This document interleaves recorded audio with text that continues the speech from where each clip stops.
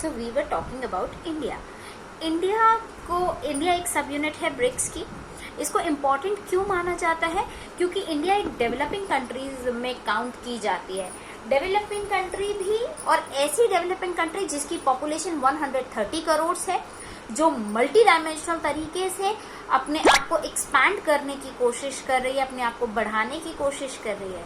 जो हमारे strong points हैं वो हमारा इकोनॉमिक कल्चर को हम इम्प्रूव कर रहे हैं, हम अपने कल्चर को लेके चल रहे हैं, हमने अपनी स्ट्रैटेजिक पोजीशन को, अपनी कंट्री की स्ट्रैटेजिक पोजीशन को मेंटेन करके रखा है with this much a big population.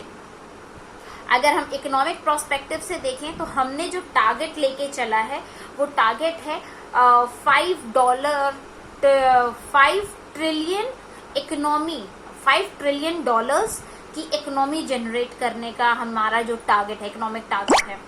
एक कॉम्पिटिटिव ह्यूज मार्केट में हमें ये करना है, और उसके साथ साथ हमें अपना एंशिएंट कल्चर भी साथ में लेके रखना है, कल्चर को भी नहीं छोड़ना है। और उस टाइम तक जो हमारा ये जो टोटल पॉपुलेशन है ये 200 मिलियन पीपल की पॉपुलेशन है, जिसमें इंडियन डायस्पोरा भी है। इंडियन डायस्पोरा मतलब जो रेफ्यूजीज आते हैं। Diaspora is mainly refer to the refugees from Israel, जो कि पूरे के पूरे ग्लोब पर फैले हुए हैं, जिनका अलग अलग मीनिंग है।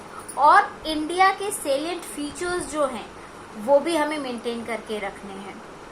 और इंडिया एक नए सेंटर की तरह, नया पावर सेंटर की तरह उभर कर सामने आया इन 21st सेंचुरी, क्योंकि अब हम न्यूक्लियर पावर में भी स्ट्रेंथन अप हो चुके हैं, हमारे पास न्यूक्लियर पावर भी है। एक स्ट्रेटेजिक पर्सपेक्टिव से देखें तो जो इंडिया की मिलिट्री है वो सेल्फ सफिशिएंट है, उसके पास न्यूक्लियर टेक्नोलॉजी है, न्यूक्लियर पावर है। और सबसे बड़ा हथियार हमारा मेक इन इंडिया वाला है, कि मेक इन इंडिया स्कीम के तहत इस technology make in India scheme के अंडर में हम अपनी टेक्नोलॉजी, अपनी साइंस को एक अलग मुकाम पर लेके जा रहे हैं, अपनी इकोनॉमी को इंक्रीज कर रहे हैं। ये सारे के सारे चेंजेस हम इंडिया में चीजें बनाकर कर रहे हैं, जो कि एक इम्पोर्टेंट सेंटर बनकर सामने आ रहा है इस प्रेजेंट वर्ल्ड में। अब इसके बाद हम नेक्स्ट सब यूनिट को कवर करेंगे, and that is Israel. So Israel की अगर हम बात करें तो अगर इजराइल को देखा जाए तो ये एकदम वेस्ट एशियन कंट्रीज के पास आता है, अरब के थोड़ा सा ऊपर लेफ्ट साइड में, अरब के थोड़ा सा लेफ्ट साइड में हमको देखने को मिलता है।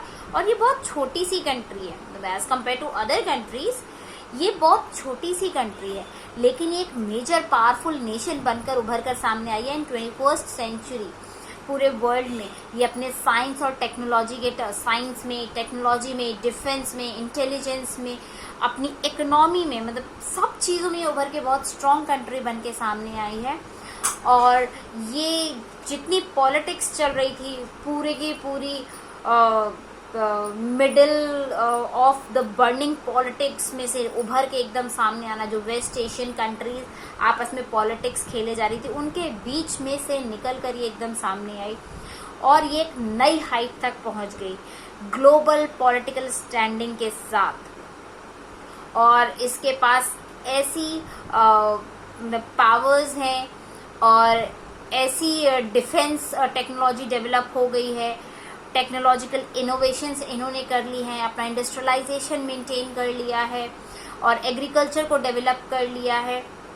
और सारी की सारी एडवर्सिटीज से होते हुए, पास होते, इतनी एडवर्सिटीज के होने के बाद भी ये एक छोटा सा ज्यूइश जियोनिस्ट नेशन जो कि इजराइल है, वो आज के कंटेम्प्रेरी ग्लोबल पॉलिटिक्स के अंदर, अरब डोमिनेटेड वेस्ट एशियन पॉलिटिक्स के अंदर से उभर कर निकल कर जब सामने आता है तो इसने अपनी एक खुद की पहचान बना ली है। So with this BRICS is complete. BRICS में हमें और ज़्यादा कुछ नहीं पढ़ना है, हमको चाइना के बारे में भी नहीं पढ़ना है, साउथ अफ्रीका के बारे में भी नहीं पढ़ना है, ब्राज़ील के बारे में भी नहीं पढ़ना है, एज पर द PDF जो सिलेबस में गिवन है।